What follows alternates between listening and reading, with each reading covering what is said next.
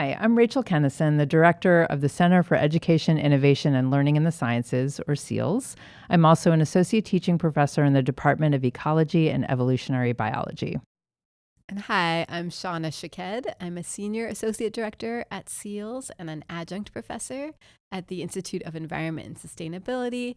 And I've taught a lot of introductory physics courses here at UCLA. Which is one reason why it's great to have you here talking about this today, Shauna. So I thought we could spend a few minutes talking about how to help instructors be more adaptable and responsive in times when things are maybe rapidly changing with our academic continuity. Yeah, I'm glad you asked. It turns out that a cross-campus committee has already created a UCLA document for alternative assessments, and we recently updated it to especially include information about adapting for academic continuity in the face of changes. Wonderful.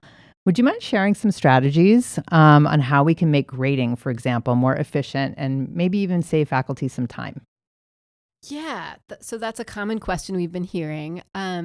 We can start at the table on the second page of this document because it provides an overview of the list of alternatives for you to look through and see which you're most interested in.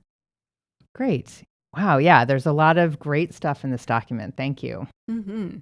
Yeah, so which row do you think would be most relevant to the question that you're asking here? Oh, yeah. So I think it looks like I'm most interested in that first row. If I wanted to design so that grading takes less time, it looks like there's a few options of how to do that.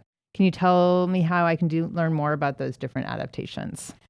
Sure. So we can start by clicking on that alternative, and it'll jump to the part of the document with more information on that. So here we can see the options of designing auto-graded questions, having more simple rubrics, and considering self or peer grading. Good to see those three options. Can you talk more about how to design those auto graded questions? It sounds like that might save a lot of time grading.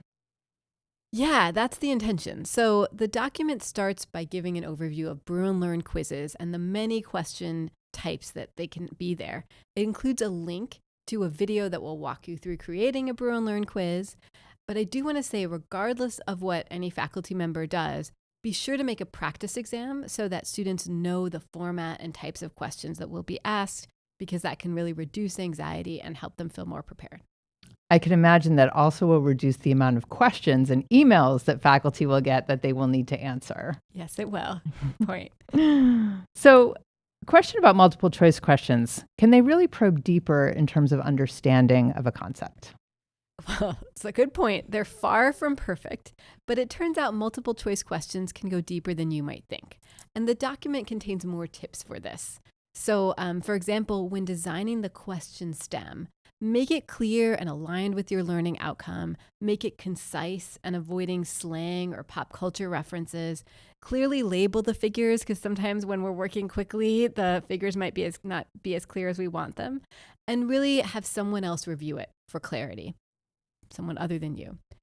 Another tip for multiple choice questions is when creating the possible answers, look back at a past exam to see the most common misconceptions that students had and use those as distractors in your multiple choice question. So that way you can see which concepts students are struggling most with. Yeah, no, it sounds like a great way to get at those misconceptions. Yeah, exactly. It really helps. And one last tip in the document to go even deeper is designing questions with multiple correct answers. So students need to critically think about every option and whether or not that's true. Yeah, that does sound like a deeper way to get at student understanding. Yeah. It sounds like writing these multiple choice questions can take a lot of time. So I'm wondering, does this really save time? It's a good question. It's true. We'll need to do what each faculty member will need to do is find a balance depending on their class size. So you can imagine the time that someone might spend grading 50 to 200 open response questions. Taking some of that time to design an auto-graded question instead could save them time. But it's that balance. Yeah. So there's a lot of useful information here. I definitely am going to want to look through this later as I make those decisions for my exam. So thanks a lot for that. Yeah, you're welcome.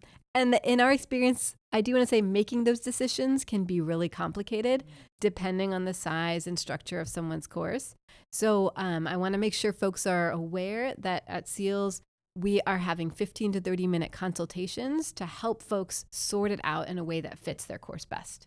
That sounds terrific. So how would I go about making that appointment with SEALS? Well, we set up a link that folks can use to book these appointments, with appointments available every day, multiple times a day. The link is in the description of this video and on our SEALS homepage.